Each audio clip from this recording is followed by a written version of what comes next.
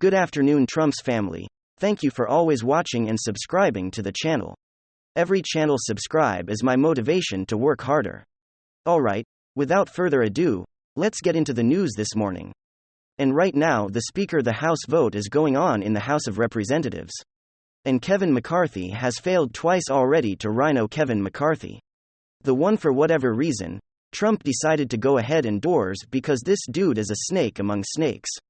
He is from the California political machine. This guy cannot be trusted. He has never been a strong conservative. He's never been a strong America First individual. He's the first one that called on Trump to be for Trump to be impeached back in 2020 after January 6 incident that took place. So yeah, I don't want to see Kevin McCarthy. I would rather see a Matt Gaetz, a Jim Jordan, someone than Kevin McCarthy. We could find someone better to lead the House Republicans in the House of Representatives, and it speaks volumes on how the rhinos view the Tea Party/America First caucus in Congress. They believe they're traitors, people like Eyepatch McCain here. Dan Crenshaw was out there in front of CNN whining about how his butt buddy, Kevin McCarthy, did not get enough votes to become Speaker of the House. Yeah, absolutely. I don't want Kevin McCarthy, and I don't think a lot of good conservatives want Kevin McCarthy as Speaker of the House. I don't think he would do a great job. I don't think he would hold the Biden regime accountable. And I don't think he would have to cut honus to investigate the things that need to be investigated. So yes, we need someone other than Kevin McCarthy, and Dan Crenshaw embodies everything that's wrong with the Republican Party. And we'll listen to him have his little triggered meltdown here after the vote once again failed to secure Kevin McCarthy as leader of the House. So let's go and dive into it. Just coming to us over here via Read News Media. Let's take a listen to Eyepatch McCain have a complete meltdown. Everyone listen to this, he says. This handful of members is very clearly looking for notoriety over principle. That's where it is. And anyone who suggests differently is in some kind of make-believe fantasy reality. It's not true. They lost those debates. I should have been the end of it, because that's how a team works, right? You can hash this stuff out, figure it out, and then you move on. But if you're a narcissist, and you believe that your opinion is so much more important than everyone else's, then you'll keep going. And you'll threaten to tear down the team for the benefit of the Democrats just because of your own sense of self-importance. That's exactly what's happening. We will not vote for anyone else. If people think they're stubborn, they think they're not going to get the committees. Obviously they won't, but it's gonna be so much worse than that. They are enemies. They have made it clear that they prefer a Democrat agenda. And a Republican. Okay folks, Republican 1 was so conservative, this last session people like Dan Crenshaw over there, they actually threatened the Freedom Caucus with pulling them off committees and everything else.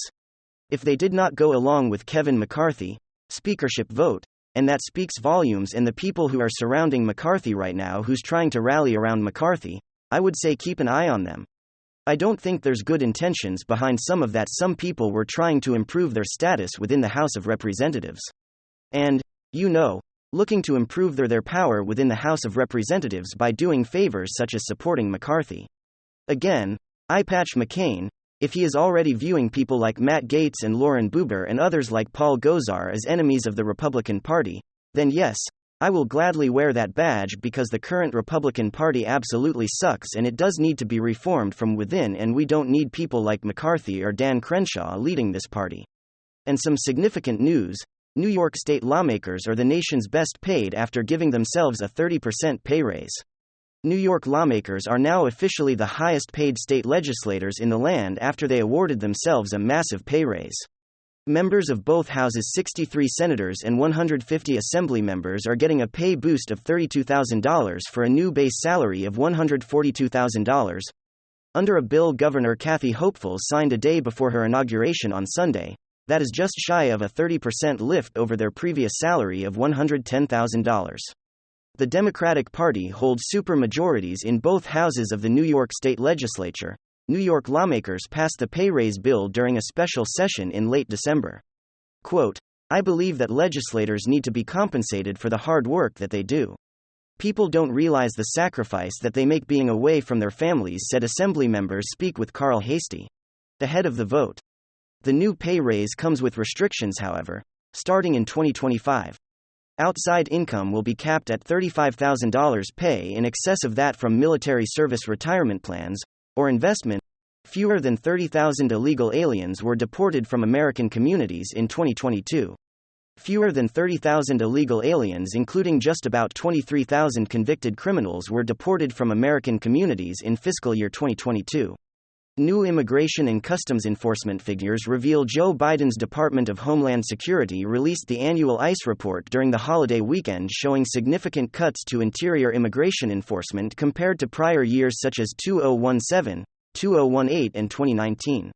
In particular, ICE agents deported roughly 28,000 illegal aliens from the United States interior, less than 0.3% of the 11 to 22 million illegal aliens who are estimated to be living in American communities.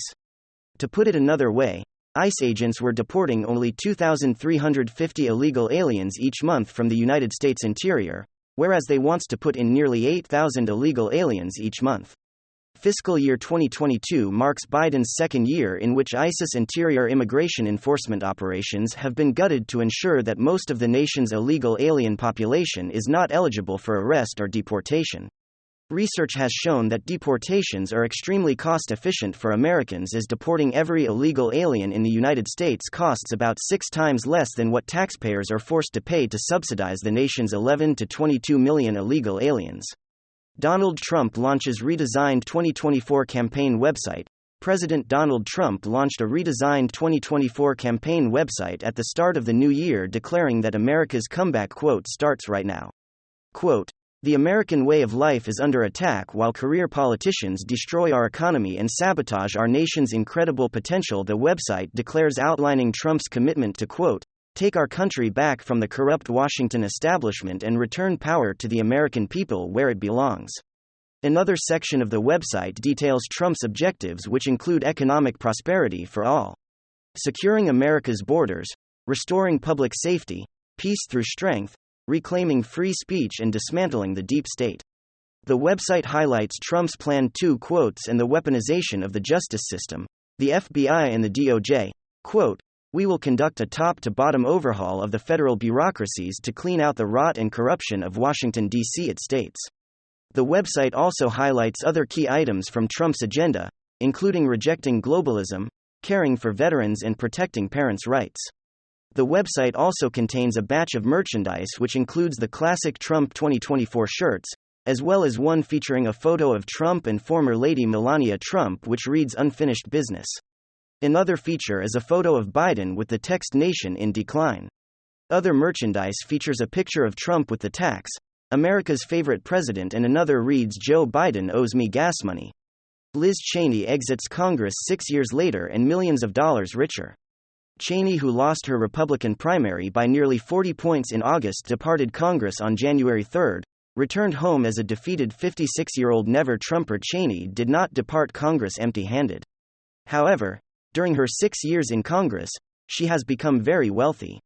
Breitbart News reported in August that Cheney's net worth ballooned from an estimated $7 million when she first took office in 2017 to possibly more than $44 million in 2020.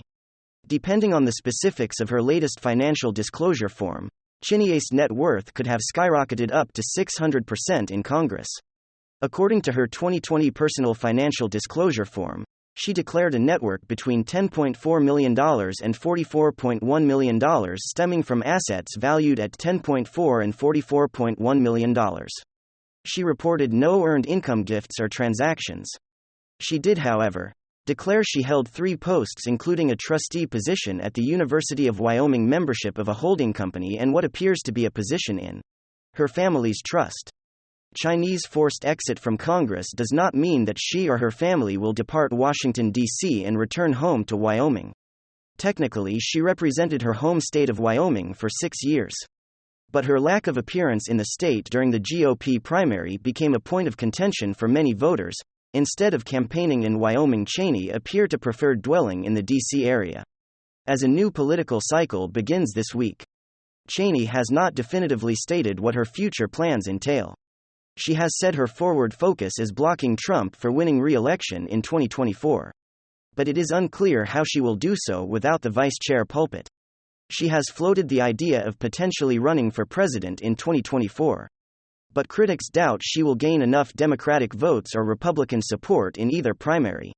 Man deported after authorities realize who he really is. U.S. immigration authorities finally have a winch report after they detained and deported an extremely dangerous leader of a Peruvian criminal gang last week. On Thursday, U.S. Immigration and Customs Enforcement and Removal Operations (IARO) reported the removal of Giovanni Don T. Gamat. What does the 63-year-old founder of Peru's Los Dos Tourists criminal gang? According to a government press release, the gang is a quote Peruvian criminal group known for committing abductions.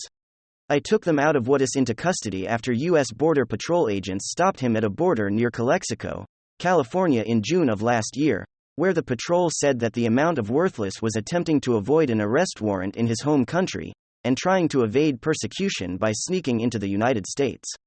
Quote, San Diego deportation officers are committed to preventing dangerous individuals, like the amount of Worthless, from entering our communities through illegitimate claims to avoid prosecution from their home countries, said Field Office Director of ARO San Diego. He continues, quote, this field office will continue to identify and perform all necessary checks to assure that individuals who try to circumvent our immigration laws are found out and removed.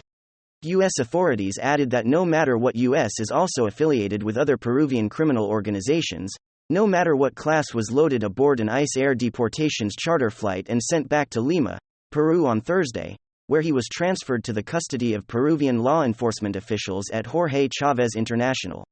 The game was founded in the 1990s and set about committing a series of abductions, killings, and robberies using assault weapons. The group is known as Peru's bloodiest gang. Thank you very much. WWG1WGA. Give me your thoughts below and hit